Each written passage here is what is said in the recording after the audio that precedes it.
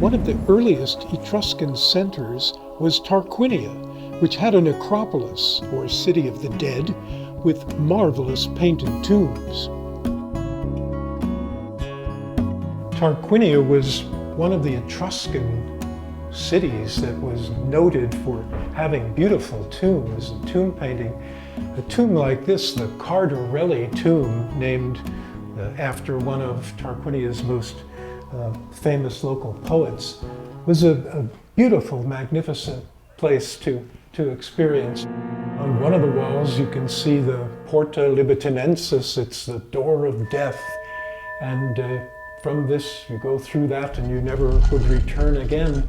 And the wall is flanked by musicians. This one is erased, maybe a lyre player.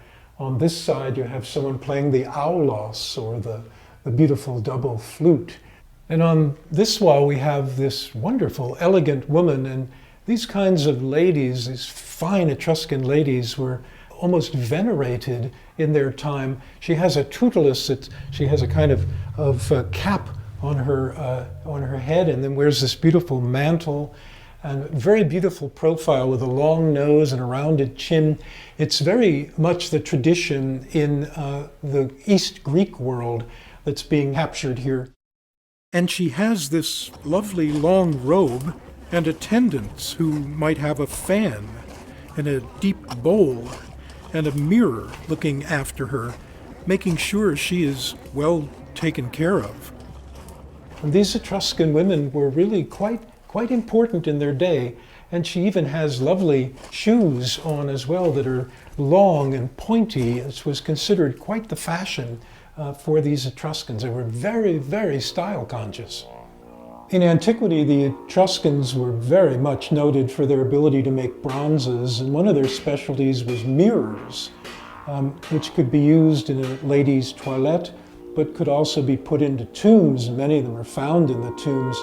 And there's also, in every important Etruscan's tomb, some Greek pottery. They love to have pottery all the way from Athens, something like this here, this one. So it isn't surprising to find a Greek original pot in one of their tombs. And they also had elegant pottery of their own, a beautiful blackware that has a sort of soapy feel, which is called bucero ware. And the early bucero was very thin, very delicate, made in the 7th century and into the 6th, called thin bucero or bucero sottile. It was just really lovely. And then there's a heavier, later bucero they start to make in the 6th century BC called pesante, or heavier bucero. And some of the chalices, drinking vessels, and the kylix examples, the drinking cups that they would have like this, were really very elegantly made.